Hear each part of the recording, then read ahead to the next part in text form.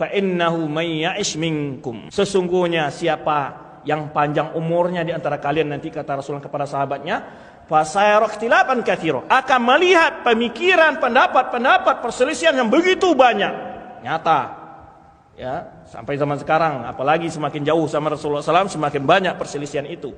Lalu diberikan konsep untuk solusi perselisihan itu, bagaimana supaya tidak terjerumus ke dalam masalah itu, dalam perbuatan itu. Fa alaikum bisunnati wa sunnati khulafaur rasyidin mahdiyyin ba'di. Pegang teguh sunnahku dan sunnah khulafaur rasyidin, untuk tidak terjauh ke dalam perselisihan, untuk menemukan pendapat yang kita berselisih dalamnya, solusinya kembali kepada pendapat para sahabat dan sunnah Rasulullah SAW. Lalu beliau sebutkan, wa iyyakum wa muhdatsatil umur. Hati-hati kalian dalam perkara-perkara yang baru dalam agama ini, karena perkara yang baru inilah yang sebabkan memecah belah tadi.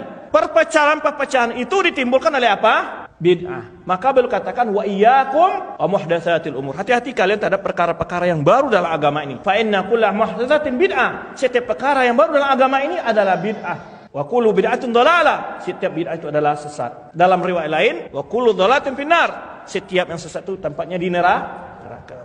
Ada orang mencoba melintir. Itu pesawat nggak ada di zaman Nabi.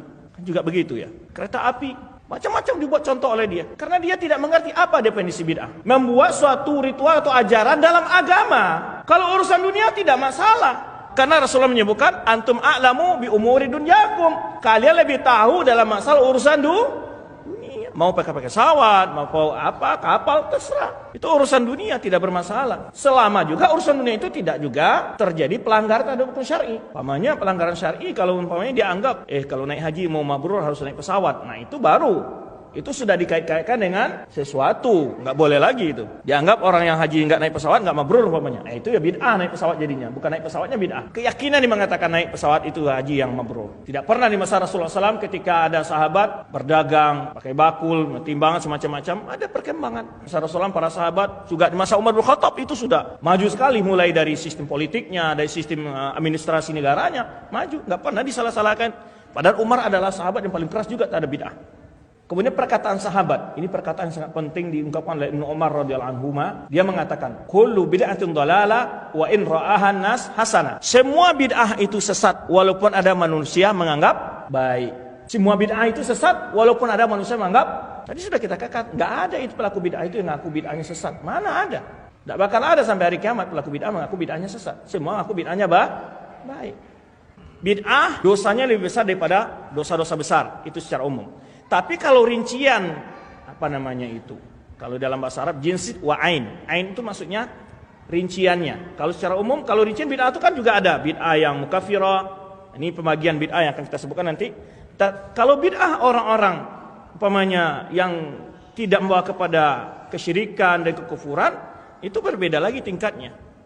Ya, umpamanya bid'ah yang sifatnya yang tidak membawa kepada fatalan dalam akidah umpamanya. Amaliyah yang tidak pernah dicontohkan.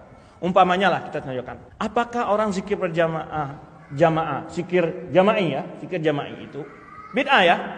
Tapi tidak akan dikatakan dosanya lebih besar daripada dosa orang berzina. Paham antum? Jadi afrod namanya ini, rinciannya bid'ah. Karena bid'ah itu pun bertaraf-taraf, ya, dosanya nggak sama. Tapi secara umum bid'ah dikatakan dosanya lebih dahsyat daripada dosa besar. Tapi kalau rincian setiap bid'ah satu persatu itu berbeda-beda nanti. Ada sebagian dosa besar memang lebih besar dosanya daripada, ada yang memahami demikian ya.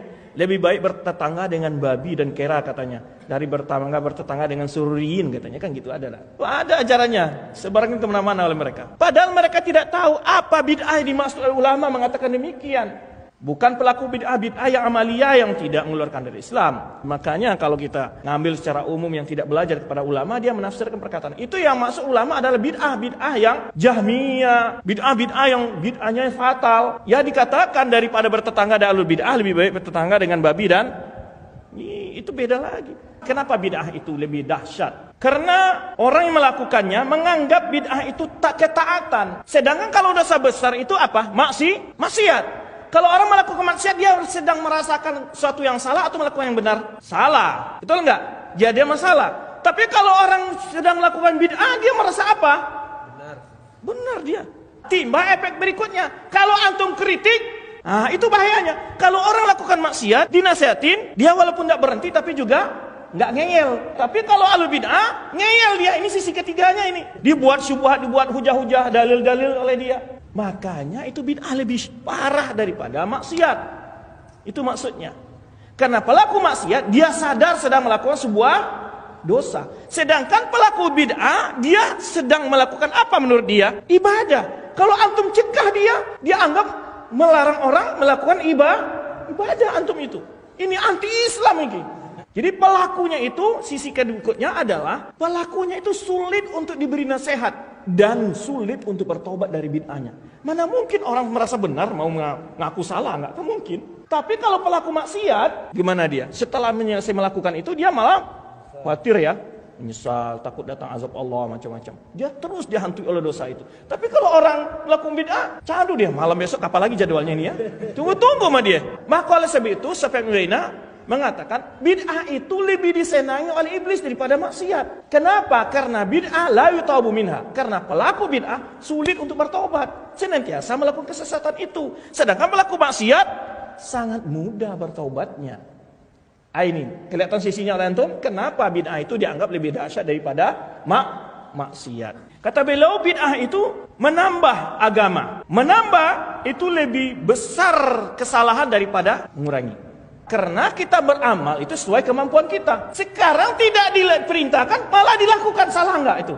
Allah saja membebani perintah-perintahnya kepada kita. La yukallifullahu nafsan illa wus'aha. Dalam Rasulullah menyebutkan hadisnya, ma'amartukum bihi fa'tu minhu mastata'tum. Lakukan perintah yang aku perintahkan itu sesuai kemampuan kalian. Nah kalau nggak mampu kita kan nggak dibebani. Kan kurang kita itu. Tapi kita dicela karena memang itu kematasan kita.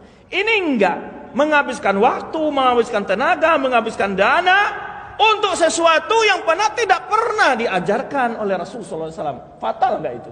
Efeknya lagi apa? Di samping itu perintah yang diperintahkan nggak dijalankan, perintah yang nggak disuruh ini efeknya fatalnya di situ. Kalau ada acara-acara bid'ah, ramai nggak acaranya? Ramai. Coba kalau ada seruan untuk salat berjamaah, pengajian, sepi itu. Pelaku bid'ah itu dia memiliki syubhat, ada hujah-hujah yang dilakukan. Orang lakukan maksiat ada nggak hujah nggak? Kenapa berzina? Oh dalilnya ada kok. Ada nggak? Ada nggak? Nggak ada kan? Tapi kalau antum bid'ah antum kritik, apa katanya? Dalilnya kok, ya kan?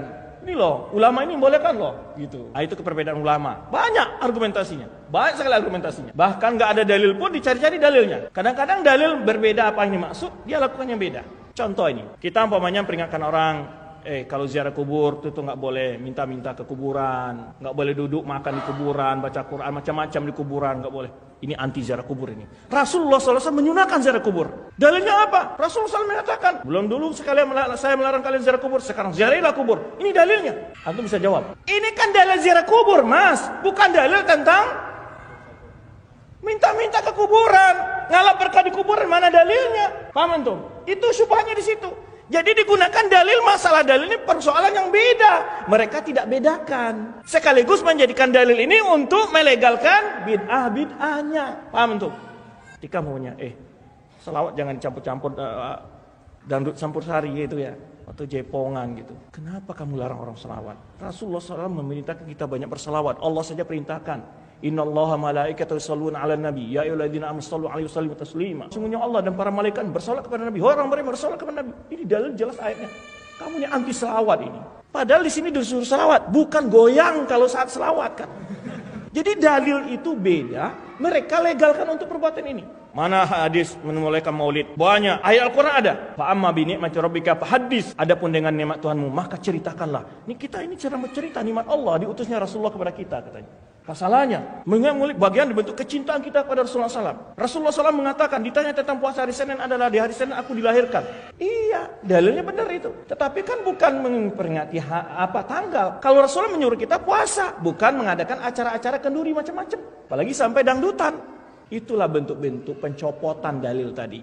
Maka oleh sebab itu, untuk mencerna dalil-dalil yang mereka lakukan itu, langsung connect dengan paham sahabat. Gimana sahabat memahami ayat ini? Bagaimana sahabat memahami hadis-hadis ini? Maka langsung kita katakan, begitukah pemahaman sahabat tentang ayat ini? Begitukah pemahaman sahabat tentang hadis ini? Makanya ulama sangat-sangat getol menyerukan itu bahaya bid'ah itu.